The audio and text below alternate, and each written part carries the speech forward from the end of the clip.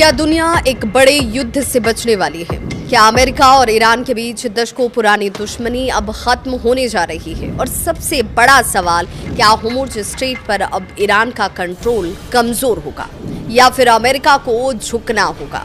नमस्कार, मैं आपके साथ विभा उपाध्याय और आप देख रहे हैं न्यूज़ 18 बिहार झारखंड का डिजिटल प्लेटफॉर्म। दोस्तों, पश्चिम एशिया से इस वक्त जो खबर सामने आ रही है उसने पूरी दुनिया की राजनीति, तेल बाजार और सुरक्षा समीकरणों को हिला दिया है। सूत्र ये कहते हैं कि अमेरिका और ईरान एक अंतरिम शांति समझौते यानी कि यूएस ईरान पीस एग्रीमेंट के बेहद करीब पहुंच चुके हैं। बताया ये भी जा रहा है कि अगले 24 घंटों में दोनों ही देश इसकी संयुक्त घोषणा भी कर सकते हैं। लेकिन इस पूरी डील की असली लड़ाई किसी और शहर या सेना को लेकर नहीं है, बल्कि एक बेहद संकरे समुद्री रास्ते को लेकर है, जिसका नाम है होर्मुज़ स्ट्रेट। और यही रास्ता तय करता है कि दुनिया में पेट्रोल और डीजल सस्ता होगा या फिर महंगा। तो चलिए विस्तार से समझते हैं इस समझौते की 10 सबसे बड़ी बातें क्या है और आखिर क्यों पूरी दुनिया की नजरें अभी ईरान, अमेरिका और होर्मुज़ स्ट्रेट पर टिकी हुई हैं। सबसे पहले समझते हैं कि होर्मुज़ स्ट्रेट आखिर इतना महत्वपूर्ण क्यों है। होर्मुज़ स्ट्रेट फारस की खाड़ी को अरब सागर से जोड़ने वाला एक बेहद अहम समुद्री मार्ग है। दुनिया के लगभग 20% तेल टैंकर इसी रास्ते से गुजरते हैं। सऊदी अरब, यूएई, कुवैत, इराक और कतर जैसे बड़े तेल उत्पादक देशों का तेल इसी रास्ते से दुनिया तक पहुंचता है।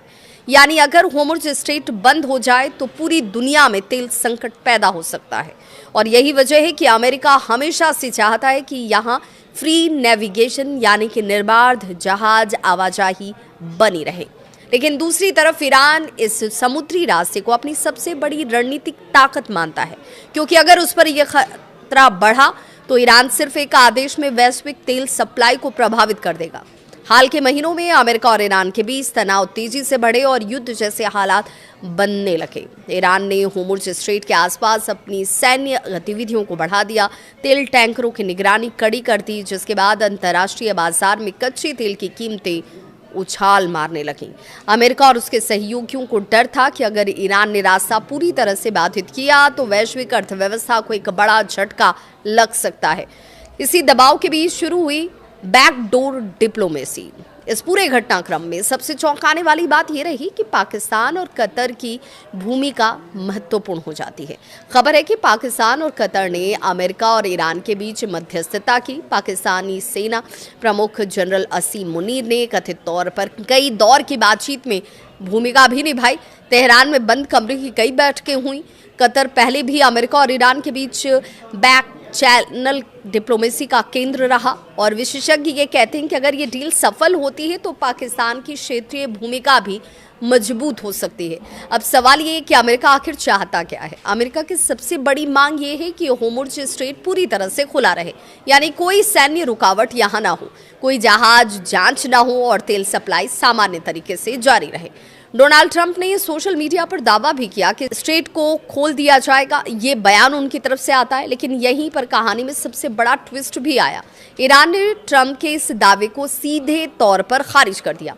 ईरानी मीडिया और जो फार्स न्यूज एजेंसी है उसने ये साफ कहा कि जहाज़ों की आवाजाही बढ़ सकती है, लेकिन इसका मतलब फ्री पैसेज नहीं है।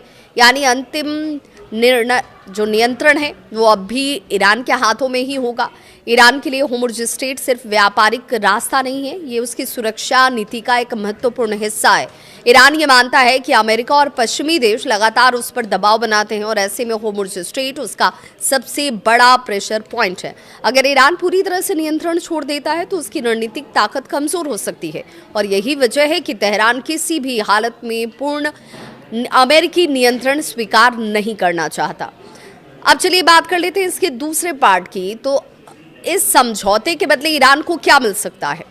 सूत्रों के मुताबिक अमेरिका ईरान के विदेशों में फ्रीज की गई कुछ संपत्तियों को रिलीज कर सकता है। इसके अलावा ईरानी बंदरगाहों पर लगे कुछ प्रतिबंध धीरे धीरे ही सही हटाए जा सकते हैं। इसका मतलब क्या होगा? तो इसका सीधा मतलब ये है कि ईरान की अर्थव्यवस्था को राहत मिलेगी, तेल निर्यात बढ़ सकता है, लंबे समय से लगे आर्थिक दबाव में कमी आ सकती है।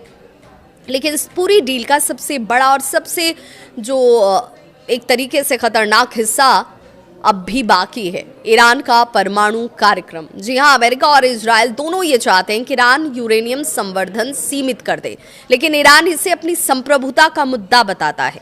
खबर है कि इस अंतरिम समझौते में 30 से 60 दिन की अतिरिक्त बातचीत का प्रावधान रखा गया है, यानी अब भी सिर्फ युद्ध रोकने की कोशिश ही हो रही है। असल लड़ाई आगे परमाणु कार्यक्रम को लेकर होगी।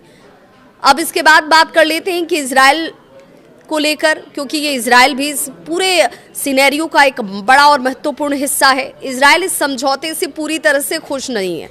तेल अवीव को डर है कि अमेरिका केवल युद्ध विराम और तेल सप्लाई बहाल करने पर ध्यान दे रहा है, जबकि ईरान के परमाणु खतरे को पूरी तरह से खत्म नहीं किया जा रहा। इजराइल इस बात को मानता है कि अगर ईरान को आर्थिक राहत मिली तो वो और मजबूत हो सकता है। अमेरिका के अंदर भी इस समझौते को लेकर मतभेद है। पूर्व जो विदेश मंत्री रहे हैं माइक पोम्पियो और कई रिपब्लिकन नेता इसका विरोध करते रहे हैं। उनका कहना है कि ये समझौता ओबामा काल के न्यूक्लियर डील जैसा साबित हो सकता है, यानी ईरान को राहत ज्यादा और नियंत्रण कम।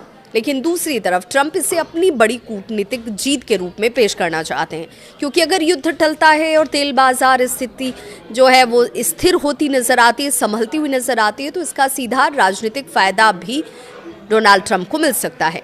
अब सबसे बड़ा सवाल ये कि क्या ये समझौता सच में शांति लाएगा या फिर ये सिर्फ एक अस्थायी विराम है, क्योंकि असली मुद्दा अब भी वही है। होर्मुज़ स्ट्रेट पर असली नियंत्रण किसका होगा, किसका रहेगा? अमेरिका ये चाहता है कि खुला समुद्री रास्ता, ईरान चाहता है रणनीतिक नियंत्रण, इजराइल चाहता है परमाणु खतरे का अंत, खाड़ी देश चाहते हैं स्थिर तेल बाजार, और इन सब के बीच पूरी दुनिया की अर्थव्यवस्था दांव पर लगी हुई है। अगर ये डील सफल होती है तो पश्चिम एशिया की राजनीति बदल सकती है, लेकिन अगर बातचीत टूटी तो दुनिया फिर एक बार बड़े टकराव की तरफ बढ़ सकती है। आपको क्या लगता है, अमेरिका और ईरान के बीच ये समझौता लंबे समय तक टिक पाएगा, और क्या होर्मुज़ स्ट्रेट पर ईरान अपना कंट्रोल छोड़ेगा? अपनी राय कमेंट सेक्शन में ज़रूर बताएं। इस वीडियो को अगर पसंद करते हैं तो लाइक ज़रूर करें। मैं मिलूंगी अगली और बड़ी अंतर्राष्ट्रीय खबर के साथ, तब तक के लिए धन्यवाद।